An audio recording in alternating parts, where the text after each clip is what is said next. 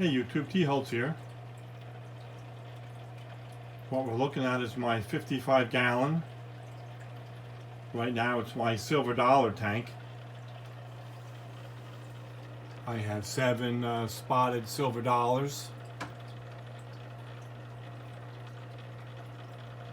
Also in this tank here is 3 Madagascar rainbow fish. I tried to make it a rainbow tank, but the rainbows that I bought didn't live very long. I did have 6 of these Madagascar. 3 of them died pretty quickly, and I tried to put Bozeman rainbows in here as well, and I put in 6 and they died pretty quickly, so I gave up the plan on making it a rainbow tank, and I went with what does well for me, which is these spotted silver dollars. They're very timid fish, and I'm sitting here in front of the tank, and they're all schooling together because they get scared right away when anybody approaches the tank. I actually just put the lights on also, so that makes them timid as well. There's also some emerald green cories in this tank too. I think I have 5 or 6 of these green cories. But it's not a planted tank, as you can see. It's just got wood and fake plants. But what I wanted to make this video about, and it's not really showing up, I don't think, on the camera very much, but the water in here is very tannin stained. The sand on the camera looks like it's white, which is supposed to be white, but for me to look at it, you can see that the sand is yellowy because the water is very tannin stained. And the reason for that is this piece of wood right here.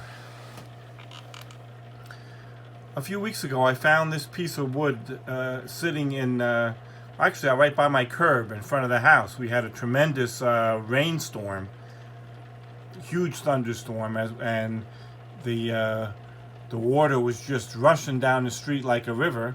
And I walked outside after it was over, and I saw this piece of wood. As you can see, it's a really nice piece of wood.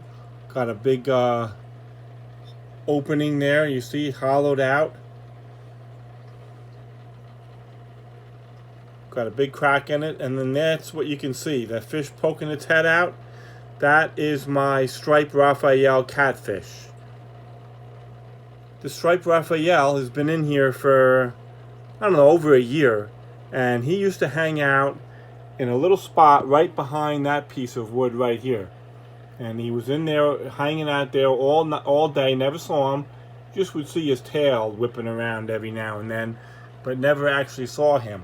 So when I saw this piece of wood with this hole in the front and this crack here, I figured that's going to be perfect. Maybe my striped Raphael, who's gotten much bigger in the year that I have him, will make his home in this wood, and I'll be able to see him.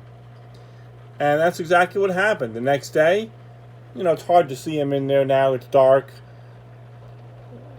but you could see him. There he is. And he is in this wood all day. That's where he lives. He won't come out during the day. He comes out at night. I put food in the tank at night. I was a little worried that he might go after these little emerald green cories because they're very small. But the striped Raphael does not have a particularly large mouth. It's a decent sized fish, but the mouth on him isn't all that big. And by putting this wood in there, now I can see my striped Raphael all the time. I know he's in there. I would go, would have to really look closely in the tank to see if he was in there. Then I'd see the tip of his tail flipping around, and then I would know he was there. But with this wood, you see it's got some nice character on this side as well.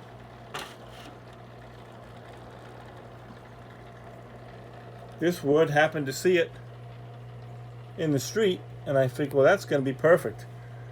Perfect home for the striped Raphael, and that's exactly what happened. Now I boiled it in the biggest pot we had here. I boiled it for an hour and a half, I think it was, on one side, and I turned it around and I boiled it for an hour and a half on the other side to to get rid of whatever might have been living in it, if there was anything. and the water in the pot became very dark tannin stained. And normally what I do when I put wood in tanks, I normally soak it in water and then change the water every day to put clear water in and get the tannins out. But in this case here, I decided I'm just going to put it right in the tank, and I'll get the tannins out of the tank through water changes. And it is it's not showing up on the video, but the water is definitely tea stained, which is fine. It doesn't hurt the fish. It gives it a more natural look, actually. If you're going to look in a stream or wherever you're going to see fish, the water's not going to be crystal clear in most cases. It is going to have some tannins in it and be tea stained. And that's what it is. And the corridors seem to like it. They're always swimming around in it and on top of it. And it's just a nice piece of wood that I think fits in this tank really well.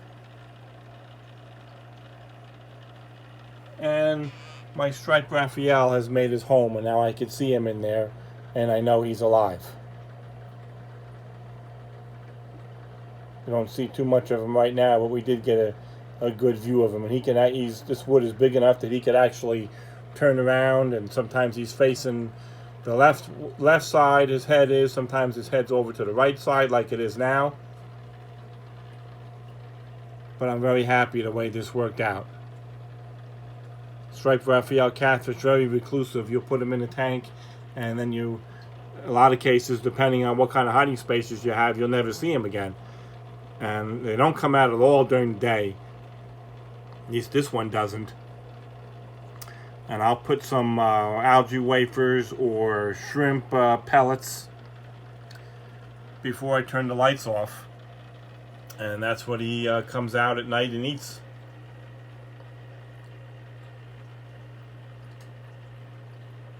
So this is my 55-gallon silver dollar tank, we'll call it.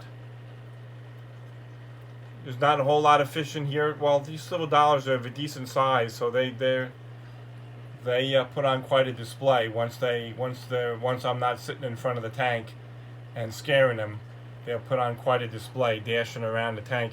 This is going to be where I'm going to put my white cloud mountain minnows that are outside in my container pond. I don't know how many are in there, but the adult size ones, most of them, if not all of them, are going to go in here. There's probably, I put 3 dozen, and they've had quite a bit of fry.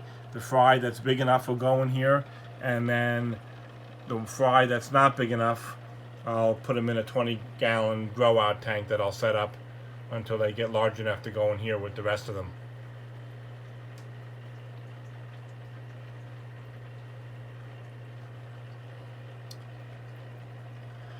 Alright, YouTube, thanks for watching. I'm going to get on with the water change, which I do every week here in this tank. And all my tanks, I do them every week. And I'll get some of the tannins out of here, and this water will be a little bit clearer. Thanks for watching. Please leave a comment if you like. And subscribe if you haven't already.